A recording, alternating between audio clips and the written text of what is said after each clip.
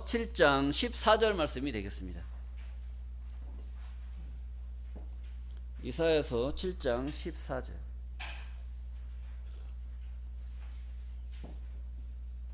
그러므로 주께서 친히 징조로 너희에게 주실 것이라. 보라, 처녀가 잉태하여 아들을 낳을 것이요 그 이름을 임마누엘이라 하리라. 아멘. 이사야서 7장 14절 말씀을 통해서 성령으로 잉태된 사람의 씨라는 제목으로 말씀을 증거하도록 하겠습니다. 골로새서 2장 2절에서 3절 말씀을 보시게 되면, 이는 저희로 마음의 위안을 받고 사랑 안에서 연합하여 원만한 이해의 모든 부요에 이르러 하나님의 비밀인 그리스도를 깨닫게 하려 함이라. 그러니까 하나님의 비밀이 뭐예요? 하나님의 비밀은 그리스도를, 예수를 깨달아야 된다는 거예요. 그러니까 하나님의 비밀 중에 비밀은 어디에 있느냐? 예수 안에 있다는 거예요. 예수를 내가 알았을 때 하나님의 비밀을 알게 되는 거고, 예수의 비밀을 내가 바로 모르게 되면 하나님의 비밀을 알 수 있다 없다? 하나님의 비밀을 알 수가 없는 겁니다. 그래서 하나님의 궁극적인 비밀은 예수 그리스도 안에 있다는 것을 우리가 알아야 되고, 그 다음에 3절 말씀입니다. 그 안에는, 예수 안에는 지혜와 지식의 모든 보화가 감추어 있느니라 그랬단 말이에요.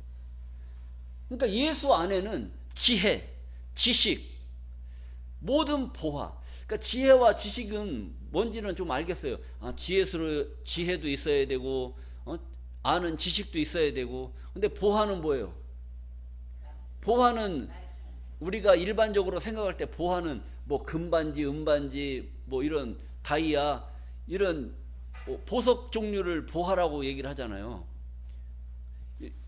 인식을 할 때 그렇게 인식을 한단 말이죠. 그런데 여기서 말하는 보화는 하나님의 말씀을 가리키고 있어요. 이 예수에 대한 비밀을 알게 되는 그 자체가 내가 구원을 받느냐 구원을 받지 못하느냐, 이것이 결정된단 말이에요. 내가 죽고 사느냐가 결정되는 것이 중요해요? 아니면 금반지 다이아마지 끼는 게 중요해요? 죽고 사는 게 더 중요한 거 아니겠습니까? 그러면 손가락에 있는 반지 보화, 이게 보화라고 얘기하겠어요? 여기서 보화라고 말하는 것은 하나님 말씀을 말하는 거겠어요? 말씀. 하나님의 비밀을 깨닫는 것, 예수를 깨닫는 그것이 우리에게는 금은 보화보다 나은 보화다 이거죠. 이런 의미가 있는데, 여기서 보화라고 하니까 야, 성경 속에 무슨 금덩어리 나오나 은덩어리 나오나, 아무리 봐요 금은덩어리 나오나 뭐가 나오겠습니까?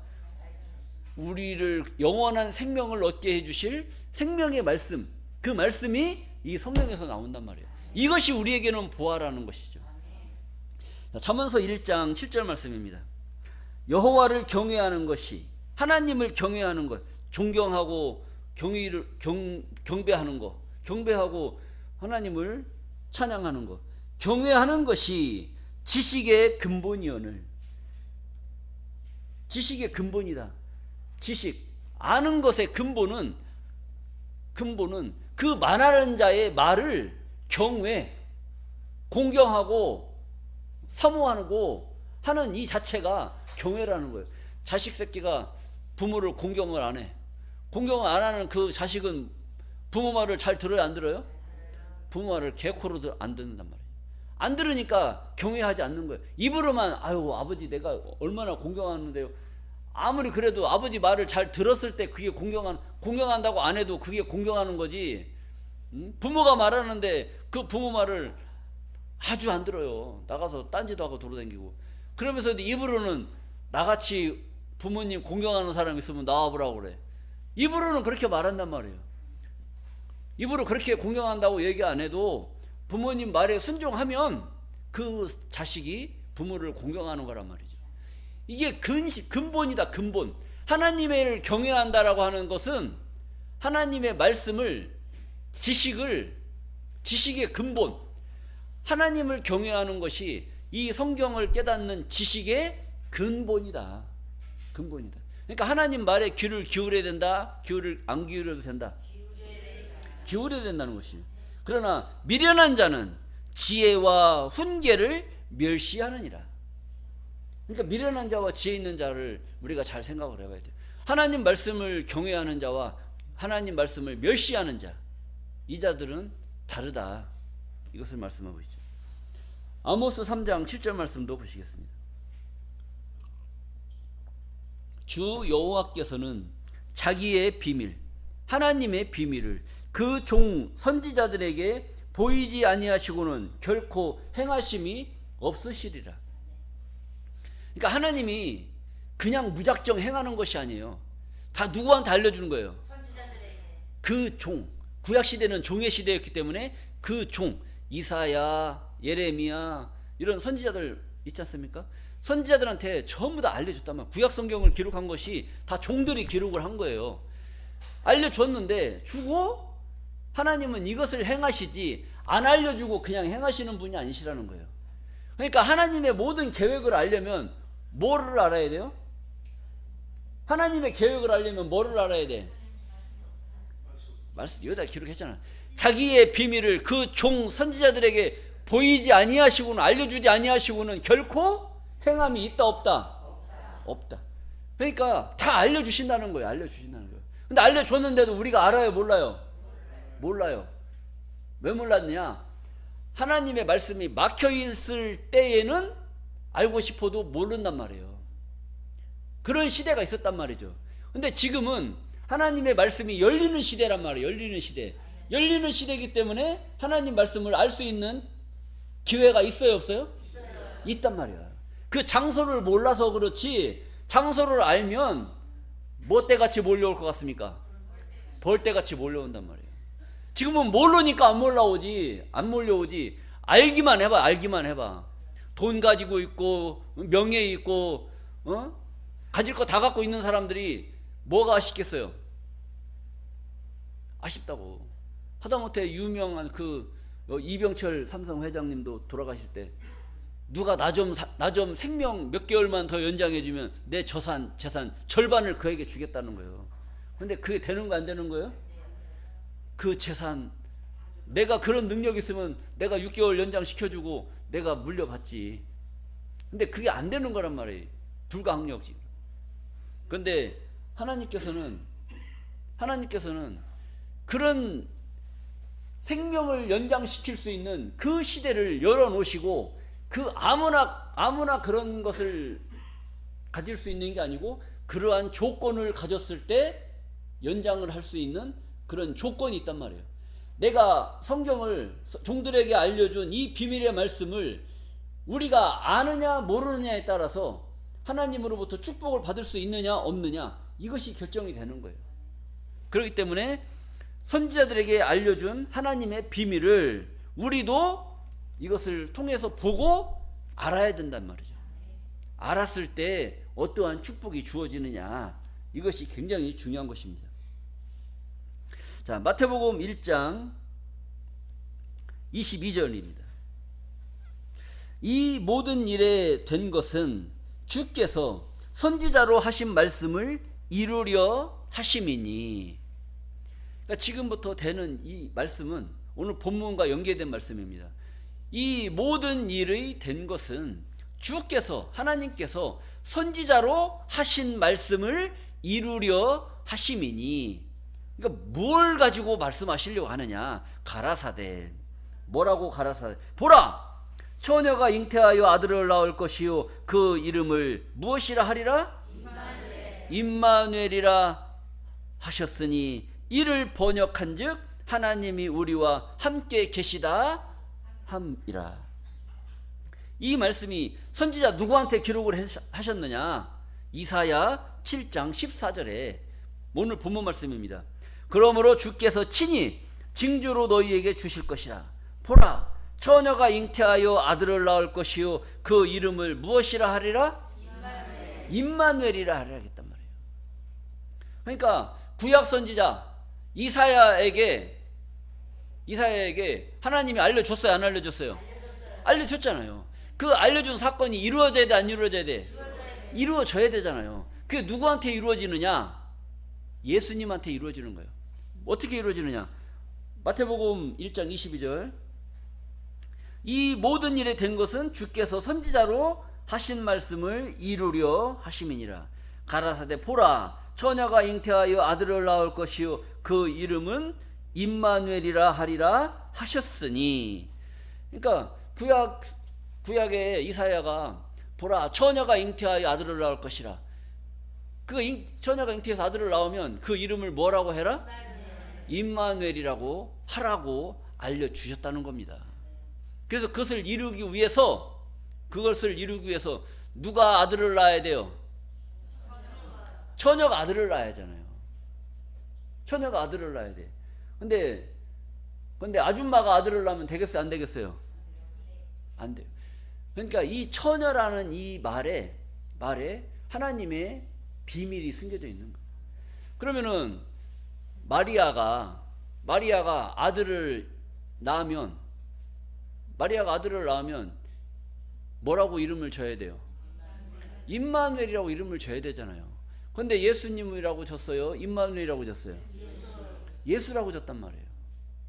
그럼 처녀가 잉태해서 아들을 낳으면 그 이름을 임마누엘이라고 지라고 했으면 임마누엘이라고 져야지 왜 예수라고 줬느냐 이거지. 왜 예수라고 줬느냐 이거예요.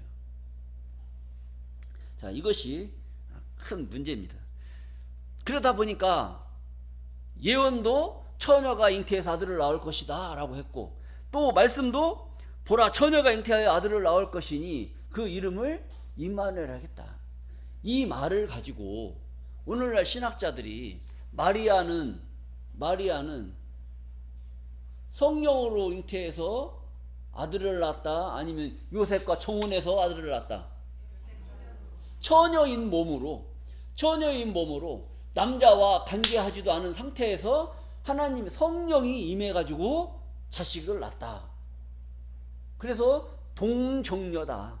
남자를 가까이 하지 아니한 처녀의 성을 가지고 있는 그 자가 아들을 낳았다. 그래서 동정녀다. 이렇게 이야기를 합니다. 동정녀 마리아라고 하잖아요. 동정녀. 어린아이 그 정은 성을 말하는 성정. 그러니까 어린아이의 성을 가진 여자다. 어린아이의 처녀성을 가진 여자다라고 하는 것은 남자를 가까이 했다는 거예요? 안 했다는 거예요? 안 했다는 겁니다. 그러니까 처녀 마리아가 성령으로 하나님의 신이 임해서 혼자 스스로 잉태해서 아들을 낳았다. 그게 누구다? 예수다라고 그렇게 알고 있는 거예요. 그런데 가만히 생각을 해보세요. 생물학적으로 아이가 탄생을 하려면 남녀 관계가 형성이 돼야 자식을 낳을 수 있어요? 아니면 하나님의 신이 임하면 자식을 낳을 수 있어요? 이게 지금 큰 문제란 말이에요. 자, 이 내용에 대해서 우리가 자세히 알아봐야 됩니다. 오늘 본문 말씀 한번 보시겠습니다. 오늘 본문 이사야 7장 14절. 그러므로 주께서 하나님께서 친히 징조로 너희에게 주실 것이라. 무엇으로 주실 것이라? 징조로 주실 것이라. 보라, 어떤 징조로? 징조라는 말을 잘 생각을 해야 돼요. 징조는 뭐가 진행되기 전에 미리 앞서서 이루어질 조짐을 보이는 겁니다. 그러니까 오늘 날씨가 흐려. 아침부터 날씨가 흐리단 말이에요. 그럼 낮에 뭐가 올 징조가 보이는 거예요? 비가 올 징조가 보이단 말이죠. 근데 징조가 보이긴 보이는데 꼭 낮에 비가 와요? 비가 안 올 수도 있어요. 비가 안 올 수도 있단 말이에요. 날씨가 막 추워. 날씨가 춥고 날씨가 흉흉해요. 근데 이것은 뭐 할 징조예요? 눈이 올 징조란 말이에요. 눈이 올 징조인데 징조는 그렇게 보였는데 눈이 와요, 안 와요? 눈이 안 온단 말이에요. 비 오기 전날 막 허리가 자꾸 쑤셔. 아침부터. 그럼 다음날 뭐가 올 징조예요? 비가 올 징조란 말이죠. 근데 꼭 비가 와요, 안 와요? 안 올 수도 있단 말이에요. 징조라는 것은 조짐이지 꼭 그렇게 된다는 일은 아니다. 이것을 말씀하고 있습니다. 그래서 주께서 친히 징조로 너희에게 주실 것이라. 보라, 처녀가 잉태하여 아들을 낳을 것이요 그 이름을 임마누엘이라 하리라. 이 처녀라는 이 말에 하나님의 비밀이 숨겨져 있는 거예요. 여기에 보면 일자가 써 있어요. 처녀의 일자. 이 성경에 보면 일자가 써 있단 말이에요. 일자. 일자를 보면 주애란을 보라는 거예요. 주애란을. 주애란을 보니까 젊은 여자가 잉태하였으니. 그러니까 처녀라는 얘기예요. 젊은 여자가 잉태했다는 얘기예요. 젊은 여자가 잉태했던 말을 처녀라고 줄여놨다니까. 그러니까 여기서 말하는 처녀는 실상의 남자를 가까이 하지 않은 동정녀, 어린아이 성을 가진 그 여자를 말하는 거예요? 젊은 여자를 말하는 거예요? 젊은 여자를 말한다는 거예요. 근데 이것을 젊은 여자로 해석을 해서 들어봐야 되는데 처녀로 보는 거예요. 처녀. 남자를 가까이 하지 아니한 그런 처녀로 본단 말이에요. 그러니까 처녀가 잉태하여 아들을 낳을 것이요 그 이름을 뭐라고 해라? 임마누엘이라. 예수라고 했어요? 임마누엘이라고 했어요? 그럼 이름을 뭐라고 줘야 돼? 임마누엘이라고 줘야 될 거 아니에요. 임마누엘이라고 이름을 줘야 되는데 이름은 뭐라고 줬어요? 예수라고 줬단 말이에요. 그러면 임마누엘이라고 지라고 했으면 임마누엘을 해야지 왜 예수라고 했느냐? 이게 다 징조적인 예언이기 때문에 그런 거예요. 징조적인. 근데 징조적인 예언이라는 것을 알았을까요? 몰랐을까요? 몰랐단 말이에요. 징조적인 예언이라는 것을 모르고 자기들은 그냥 그렇게 이름을 지은 거야. 근데 그 이름 질 때 천사가 또 나타난 거예요. 네 아내 마리아가 아들을 낳을 것이니 그 이름을 뭐라고 하라? 예수라고 하라. 그 마태복음 1장 22절 말씀을 한번 보시겠습니다. 마태복음 1장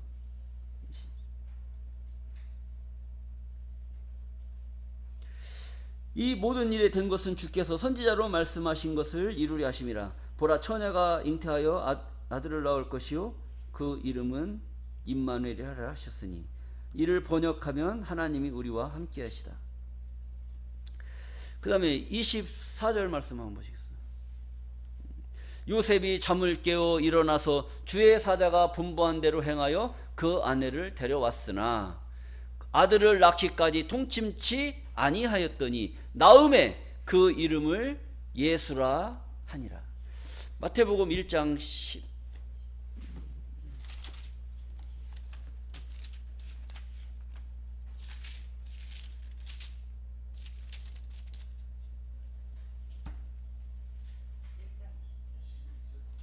21절 그 내용 전에 마태복음 1장 18절입니다.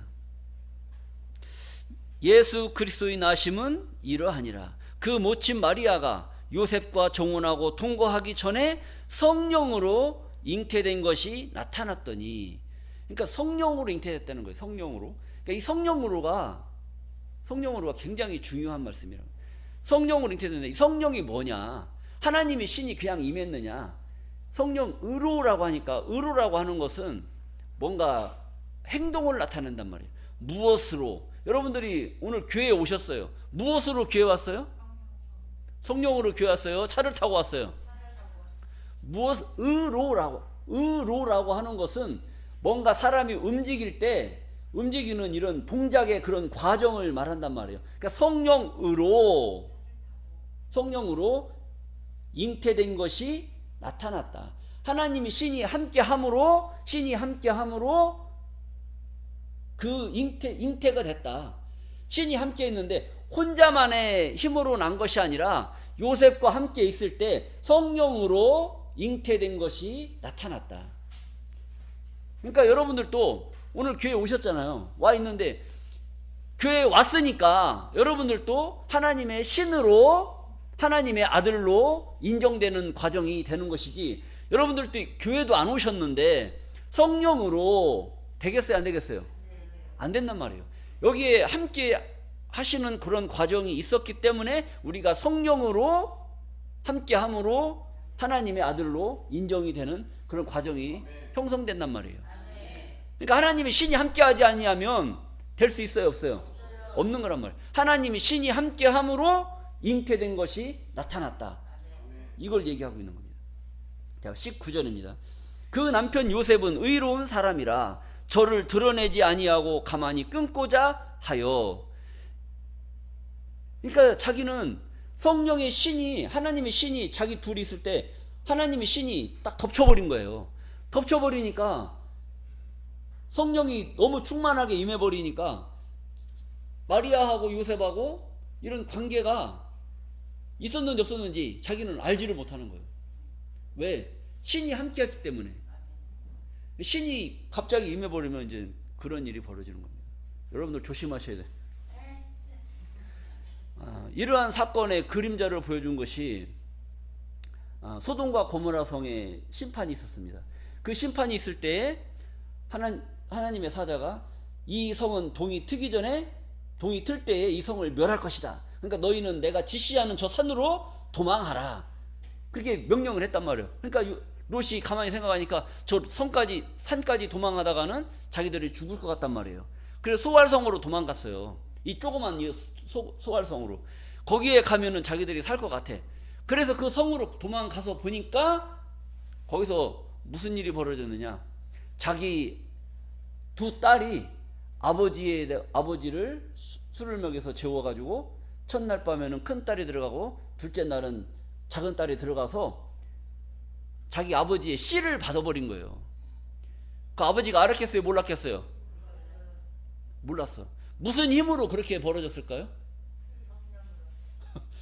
술로? 하나님의 신이 덮쳐서 그런 일을 행하게 만들어 버린 거예요. 아버지가 그걸 알아요? 몰라요? 모르는 가운데 그런 일이 벌어졌다니까. 이 하나님의 신이 임해버리면, 하나님의 뜻을 이루기 위해서 하나님의 신이 덮쳐버리면 자기들이 행하는 걸 알아요? 몰라요? 모르는 거예요. 모르는 거예요. 자, 그러니까 요셉이 그런 생각을 하는 거야. 그 남편 요셉은 의로운 사람이라 저를 드러내지 아니하고 가만히 끊고자 하여. 자기가, 처녀가 남자도 가까이 하지 않았는데 잉태해서 배가 막 그렇게 불러오면 그 여자는 율법에 의해서 돌에 맞아 죽어야 되는 겁니다. 근데 자기하고 같이 살기로 약속한 여자가 배가 불러오는데 이거 돌에 맞아 죽는 꼴 봐야 돼, 안 봐야 돼? 그런 상황이 된 거예요. 그러니까 요셉이 의로운 사람이라 저를 가만히 조용히 끊으려고 그런 계획을 했던 것이죠. 그러니까 20절 말씀에 이 일을 생각할 때에, 그것 때문에 고민하고 있으니까 생각할 때에 주의 사자가 현몽하여 꿈에 나타나서 가로되 다윗의 자손 요셉아 네 아내 마리아 데려오기를 무서워 말라. 주의 사자가 왜 다윗의 자손 요셉아 네 아내 마리아 데려오기를 두려워하지 마라. 아내라는 말을 왜 썼냐 이게. 아내. 이미 하나님의 신이 임해서 너희를 덮쳤기 때문에 이제는 네 아내가 됐단 말이에요. 너는 그 사람의 그의 남편이 됐고 그 마리아는 네 아내가 됐으니까 네 아내 데려오기를 두려워 말라. 저에게 잉태된 자는 무엇으로 된 것이라? 성령으로 된 것이다. 하나님의 신이 임해서 하나님의 신이 덮쳐서 이런 관계가 형성된 거니까 네 아내 데려오기를 무서워 말라. 이걸 알려준 거예요. 데려와야 돼? 아니면 안 데려와야 돼? 데려와야죠. 그래서 마음이 이제 바뀌어요. 21절입니다. 아들을 낳으리니, 천사가 가르쳐 주는 겁니다. 네 아내가 아들을 낳으리니 이름을 예수라 하라. 다시 또 가르쳐 주는 거예요. 구약의 예언은 뭐라고 가르쳤어요? 임마누엘이라고 지라고 가르쳐 줬는데 임마누엘이라고 지었어요? 예수라고 졌어요? 그 당시에 요셉한테 주의 사자가 나타나서 임마누엘로 하지 말고 뭐라고 해라? 예수라고 하라. 근데 요셉은 구약 성경을 읽었는지 안 읽었는지 몰라요. 임마누엘로 져야 될지 예수라고 져야 될지 알았겠어요? 몰랐겠어요? 근데 천사가 나타나갖고 예수라고 하라고 나니까 뭐라고 져야 돼요? 예수라고 진 거예요. 그 예수라는 그 이름 자체는 뭐냐? 그가 자기 백성을 저희 죄에서 구원할 자이십니다 라고 알려줬단 말이에요. 자기 백성을 죄에서 구원시킬 자다 이겁니다. 구약의 임마누엘이라고 예언한 그 임마누엘은 그 뜻이 뭐냐? 하나님이 우리와 함께 하십니다. 그럼 예수라는 이름은 자기 백성을 죄에서 구원할 자이심이라. 그럼 여러분들, 임마누엘과 예수라는 이름, 어떤 이름이 더 좋아요? 예수가 나요? 진짜? 임마누엘이 이름이 난 것 같아요? 예수라는 이름이 난 것 같아요? 예수. 임마누엘 한번 손 한번 들어보세요. 한 분. 예수 두 분. 자, 하나님이 우리와 함께 하셔. 임마누엘, 하나님이 우리와 함께 하셔. 그럼 하나님이 함께 하지 않는 사람은 아니야. 하나님이 함께 하기 때문에 모든 것은 다 하나님이 함께 하시잖아요. 살고 죽는 것도 다 하나님이 함께 하신단 말이에요. 예수라는 이름이 없어. 임마누엘로 하면 하나님이 함께 하신다. 이걸로만 끝나버리면 하나님이 함께 하시는데 뭐 어쩌라고요? 가만히 생각해봐. 하나님 함께 하시는데 뭘 어쩌라고? 근데 그럼 임마누엘을 빼고 예수라는 이름이 좋죠. 자기 백성을 저희 죄에서 구원할 자이심이라. 그런데 하나님이 함께 안 해. 하나님이 함께 안 하는데 이름을 예수라고 줬어요. 예수라고 이름을 줬다고. 자기 백성을 죄에서 구원할 자, 그 이름을 갖고 있는데 하나님이 함께 안 한다니까. 그럼 어떻게 되겠어요? 맨날 예수 이름 불러봐야 소용없는 거예요. 하나님이 함께 하시는 임마누엘의 역사가 있음으로 말미암아 그 예수라는 이름이 우리에게 능력으로 나오는 거란 말이에요. 두 개가 붙어야 돼. 하나가 돼야 돼. 그렇잖아요. 하나님이 우리와 함께 하시기 때문에 예수라는 이름이 우리에게 능력으로 나타나는, 우리를 구원할 그 이름으로 역사를 하는 것이지, 하나님이 신이 함께하지 않는데 예수의 이름만 불러가지고 우리가 구원받겠냐고요. 저기 봐요. 우리는 말씀이 여기 역사하시죠. 근데 우리 교회보다 더 큰 저기 무슨 교회들 있잖아요. 그 교회 이름은 임마누엘 교회야. 근데 하나님이 신이 함께 하는 것 같아요, 안 하는 것 같아요? 하나님이 신이 어디에 임하신 것 같아요? 하나님의 신은 여기에 임하신 줄로 믿습니다. 하나님의 신, 말씀이 없는 저자들한테 무슨 임마누엘 역사가 있냐고. 임마누엘 역사, 이 글을 임마누엘이라는 것은 하나님이 우리와 함께 하심이라, 하나님이 우리와 함께, 그럼 백날 그렇게 얘기해도 하나님의 신이 거기 임하겠어요? 안 임하죠. 아는 곳에 임하겠어요? 모르는 곳에 임하겠어요? 아는 곳에 임하는 거란 말이에요. 자, 그리고 임마누엘의 역사는 하나님이 우리와 함께 하신다. 그런데 가만히 생각을 해보세요. 언제는 하나님이 우리와 함께 하지 않았습니까? 하나님이 늘 함께 했습니까? 함께 하지 않았습니까? 창세기 6장 1절에 보면은 노아 홍수 심판이 나옵니다. 하나님의 아들들이 사람의 딸들의 아름다움을 취해서 자기들의 좋아하는 모든 자로 아내를 삼는지라. 3절, 여호와께서 가라사대 나의 신이 영원히 사람과 함께하지 아니하리니 이는 그들이 육체가 됨이라. 이렇게 말씀하셨단 말이에요. 나의 신이, 하나님의 신이 영원히 사람과 함께하지 않겠다, 이걸 말씀하셨단 말이에요. 그러니까 구약시대는 노아 심판 이후 하나님의 신이 함께 했어요, 안 했어요? 하나님이 신이 안 했다니까. 하나님의 신이, 그 전에는 하나님이 신이 함께하고 하나님이 신인 동행하는 그 시대에 사람들이 살았단 말이에요. 근데 노아 홍수 심판 이후에는 하나님의 신이 함께했다, 안 했다? 안 했다는 거예요. 그런데 언제 다시 하나님이 우리와 함께 하시는 역사가 벌어졌느냐? 예수가 성령으로 잉태되는 그 하나님의 신이 임해서 하나님의 아들이 탄생하는 이런 과정 속에서 어떤 일이 벌어지는 거예요? 처녀가 잉태하여 아들을 낳을 것이니 그 이름을 임마누엘이라. 그 아들이 이 세상에 나옴으로써 하나님의 신이 우리와 함께 하시는 역사가 임하게 된 줄로 믿습니다. 임마누엘의 역사가 거기서 다시 이루어지는 거란 말이에요. 함으로 말미암아 하나님의 신이 떠났다가 다시 돌아오시는 역사가 하나님의 아들 예수를 통해서 이 땅에 다시 구원의 역사가 벌어지는 거예요.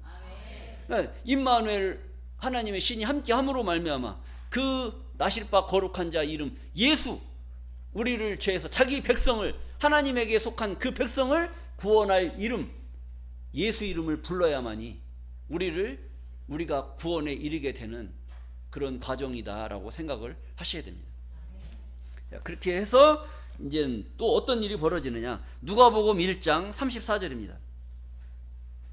그 내용에 대해서 그냥 상세하게 또 나오는 거예요. 마리아가 천사에게 말하되 나는 사내를 알지 못하니 어찌 이런 일이 있으리까? 천사가 대답하여 가로되 성령이 네게 임하시고 지극히 높으신 이의 능력이 너를 덮으시리니 이러므로 나실 바 거룩한 자는 하나님의 아들이라 일컬으리라. 마리아가 가만히 생각을 해보니까 나는 도저히 생각을 해도 저 남자하고 가까이 한 일이 없는데, 나는 사내를 알지 못하는데 어떻게 내 배가 이렇게 될 수가 있습니까? 하나님. 그렇게 얘기한 거예요. 그러니까 34절입니다. 천사에게 마리아가 말하되 나는 사내를 알지 못하니 어찌 이런 일이 있으리까? 천사가 대답하되 성령이 네게 임하시고 지극히 높으신 이의 능력이 너를 덮었다는 거예요. 하나님의 신이 너를 덮었다는 거예요. 덮으니까 마리아가 자기한테 이루어진 일을 알아요, 몰라요?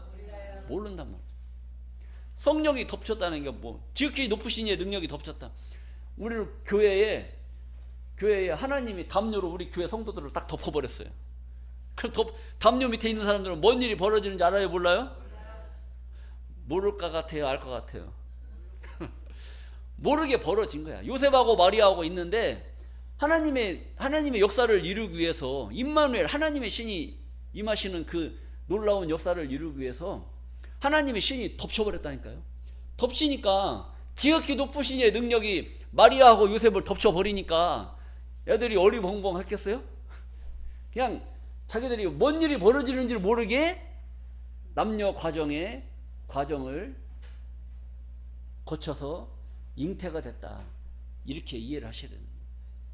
그 과정을 줄이면 뭐라고요? 성령으로 잉태가 됐다. 그러니까 성령으로 됐다니까 뭐 하나님의 신이 임해서 하나님의 신이 임한 건 임한 거지만 하나님의 신이 덮쳐버렸다.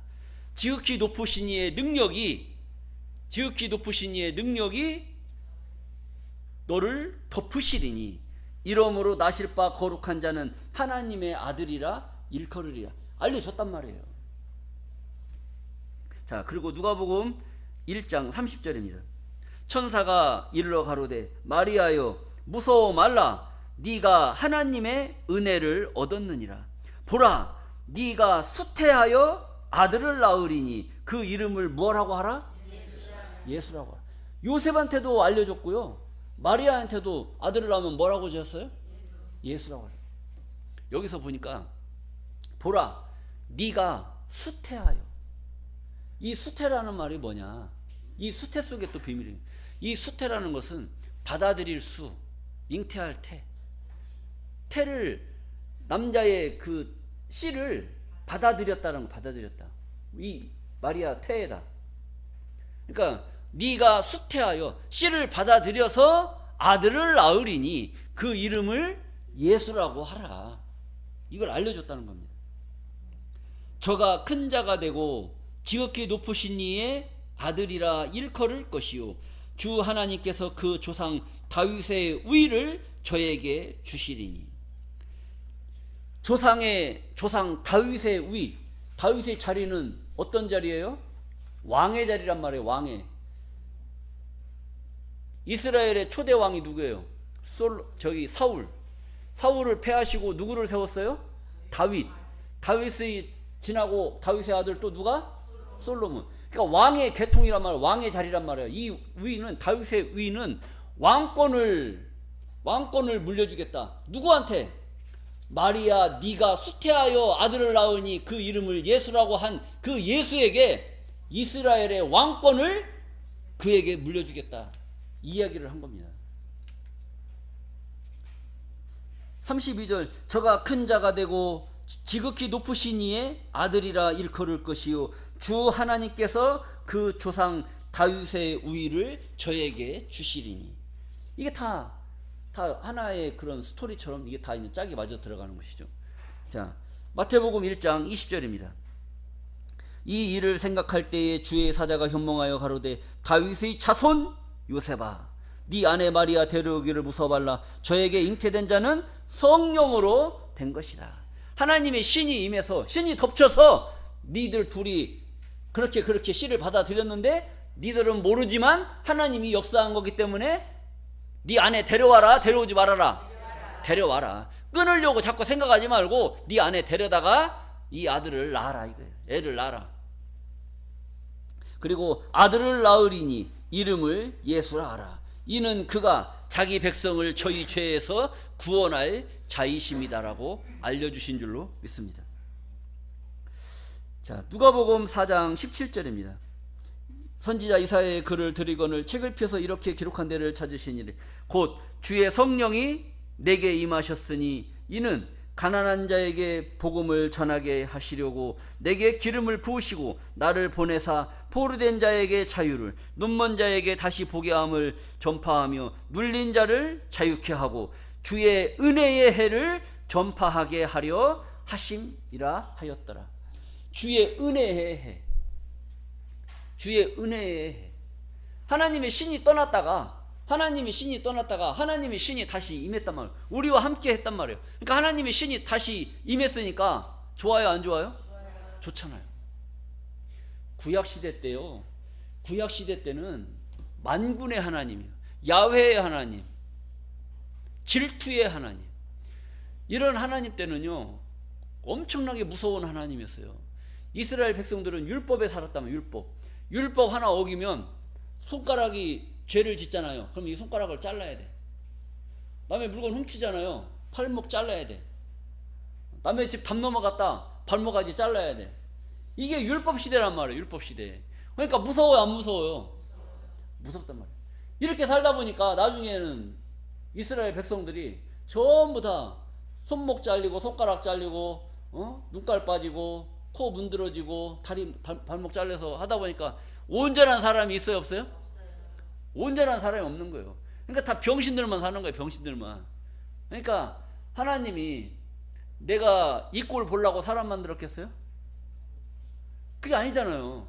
그러다 보니까 하나님이 대속물을 삼은 대속물. 사람이 죄를 지으면 뭐를 잡아서? 짐승을 잡아서 하나님에게 피를 뿌려서 그 죄를 씻어주는 대속이 생긴 거예요. 대속. 그러다 보니까 대속이 생기다 보니까 사람 마음이 간사한 거예요. 내가 내 손가락이 잘려야 되는데 손가락을 안 자르고 짐승의 피를 뿌려서 죄를 용서함 받았으니까 좋아요, 안 좋아요?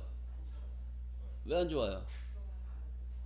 내 것 그럼 짐승 피 뿌려서 그나마 죄 씻는 게 낫겠어요? 내 손가락 부러뜨리는 게 낫겠어요? 사람이 살다 보면 또 담 넘어가잖아요. 담 넘어가면 내 발목 자르는 게 낫겠어요? 소 발목 자르는 게 낫겠어요? 다 못할 짓이요? 근데 구약시대 때 하나님이 그걸 허용을 해준 거예요. 그러다 보니까 나가서 인간이 죄 짓고 다시 하나님 성전에서 죄 용서함 받아야 돼, 안 받아야 돼? 받아야 돼. 그래서 짐승을 잡아서 피를 뿌리는 거예요. 하나님 제단에서. 그러니까 나가서 죄 짓고 와서 짐승 잡아서 피 뿌려서 죄 용서함 받고 또 나가서 죄 짓고 또 짐승 잡아서 피 뿌려서 용서함 받고 이렇게 반복된 거예요. 이 구약의 역사가. 이렇게 되다 보니까 하나님 성전은 짐승 잡는 뭐와가 똑같아요? 도살장이 돼버려요. 도살장. 그러니까 하나님이 또 가만히 보니까 하나님 성전에 너무 피비린내가 많이 나는 거예요. 피비린내가. 짐승의 피를 자꾸 뿌려대니까 그 피가 잘잘잘잘잘 성전 앞에서 종절절절 흘러가고 성전마다 그런 모양이 생기니까 좋겠어요, 안 좋겠어요? 안 좋잖아요. 그러니까 말라기 때는 내 성전이 짐승의 피를 뿌리는 무슨 도살장이냐, 이제는 하나님의 성전의 문을 좀 닫았으면 좋겠다, 이럴 정도의 피를 뿌렸단 말이에요. 그러니까 하나님이 신이 함께하지 않을 때는 그렇게 비참한 그 그런 시대가 바로 구약의 시대였다는 거예요. 그런데 그 시대를 종결시키고 이제는 하나님의 은혜의 때, 임마누엘, 하나님의 신이 다시 인간과 함께하는 그 시대에 이 은혜가 베풀어지는 은혜의 때가 됐단 말이에요. 그래서 눈먼 자에게 고침을, 또 갇힌 자를 놓여주고, 이런 은혜를 베푸는 그런 시대가 열렸단 말이에요. 그게 누구를 통해서? 예수를 통해서 그런 일이 벌어졌다. 그러니까 주의 성령이 내게 임하셨으니, 이건 예수님한테 임한 거란 말이에요. 하나님의 신이 내게 임하셨으니 이는 가난한 자에게 복음을 전하게 하시려고 내게 기름을 부으시고 나를 보내사 포로된 자에게 자유를, 눈먼 자에게 다시 보게 함을 전파하며 눌린 자를 자유케 하는 주의 은혜의 해를 전파하게 하려 하심이라 하였더라. 이런 일이 좀 하나님 은혜의 때가 좀 벌어진 거예요. 그럼 은혜를 받아야 돼, 안 받아야 돼? 받아야 되잖아요.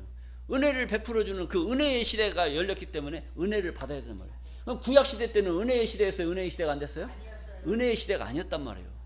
그러니까 잔인하고 비참한 그런 시대였고, 신약 시대 때는 은혜의 시대였단 말이에요. 은혜의 시대였는데 그 은혜를 받아야 됨에도 불구하고 은혜를 베푸는 그를 자기들의 밥그릇 때문에, 바리새인 율법사 종교 지도자들 자기들 밥그릇 때문에 예수를 자꾸 비난하고 힐난하고 그런 일이 벌어진 것이죠. 자, 마태복음 3장 16절입니다.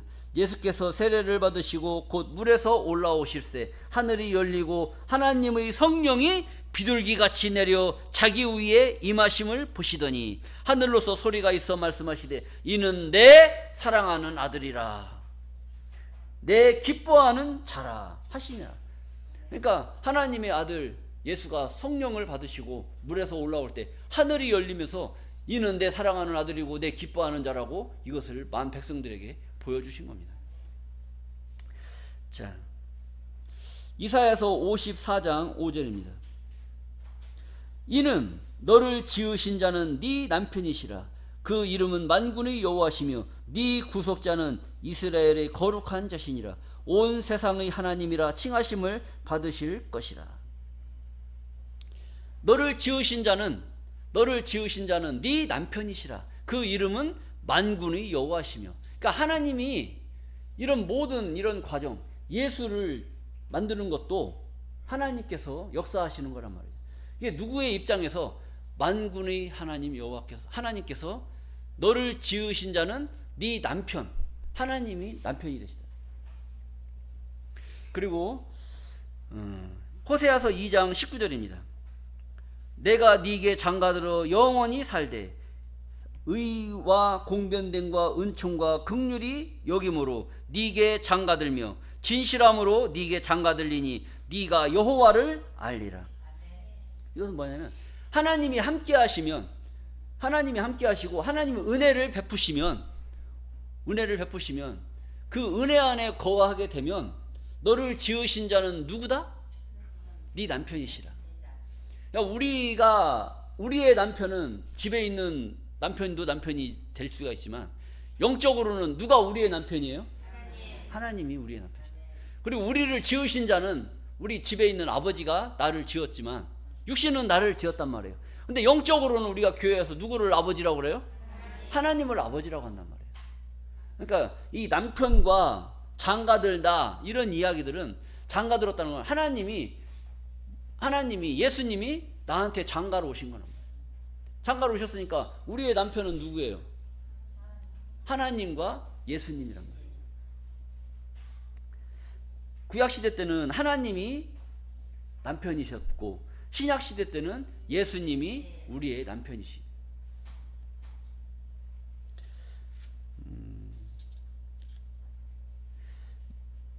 시편 132장 11절 말씀을 보시겠습니다. 여호와께서 다윗에게 성실히 맹세하였으니 변치 아니하실지라. 이르시기를 네 몸의 소생을 네 위에 둘지라. 이 말씀은 조금 어려운데, 네 몸에, 다윗에게 맹세를 했어요. 뭐라고 맹세했느냐? 네 소생, 네 몸의 소생. 그러니까 다윗을 통해서 나오는 소생. 소생이라는 것은 자기 씨를 받아서 나오는 씨의 자식을 말하는 거예요. 자식의 소생을 누구냐면 예수란 말이에요. 근데 예수님이 이 세상에 오셨는데 누구의 씨를 통해서? 다윗의 씨를 통해서 예수님이 탄생을 하는 거예요. 그런데 네 소생을 네 위에다 쓴다. 그러니까 다윗의 씨를 통해서 예수님이 이 세상에 왔지만 다윗보다 예수가 높아요? 다윗이 높아요? 다윗이 높아요? 육신적으로는 다윗이 예수의 조상이기 때문에 다윗이 높은 사람이지만 하나님의 신의 역사로는 다윗을 통해서 나오는 네 몸의 소생을 네 위에다 둘 것이다. 이 위는 자리 위. 이 자리는 어떤 자리냐? 왕의 자리. 그래서 하나님하고 하나님 다음에 누구예요? 예수님. 그러면 다윗이 높으면 하나님 다음에 다윗 해야 될 거 아니에요. 근데 다윗을 쓰지 않고 누구를 썼느냐? 예수를 썼다. 이 이야기를 이렇게 말하는 거예요. 다윗에게 성실히 맹세하셨으니 변치 아니하실지라 이르기를 네 몸의 소생을 네 위에 둘 것이다.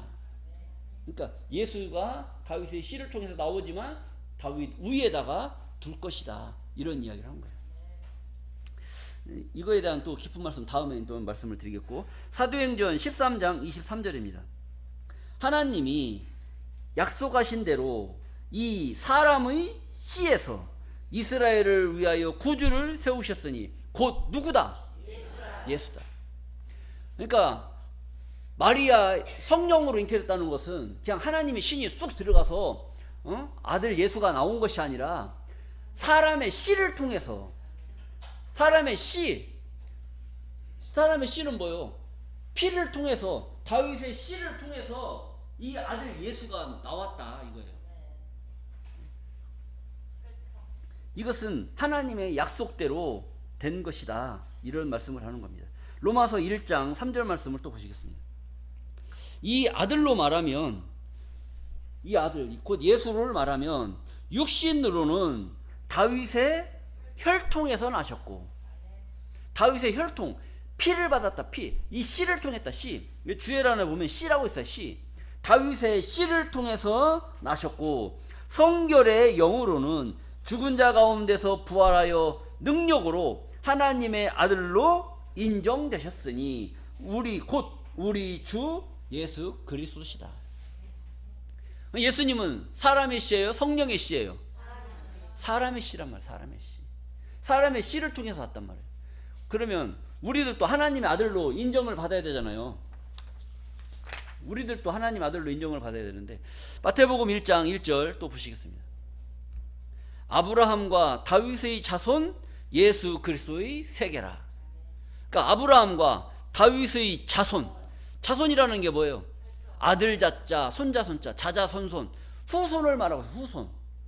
다윗의 후손 예수 그리스도의 세계라. 그래서 예수 그리스도의 세계를 보여주신 겁니다.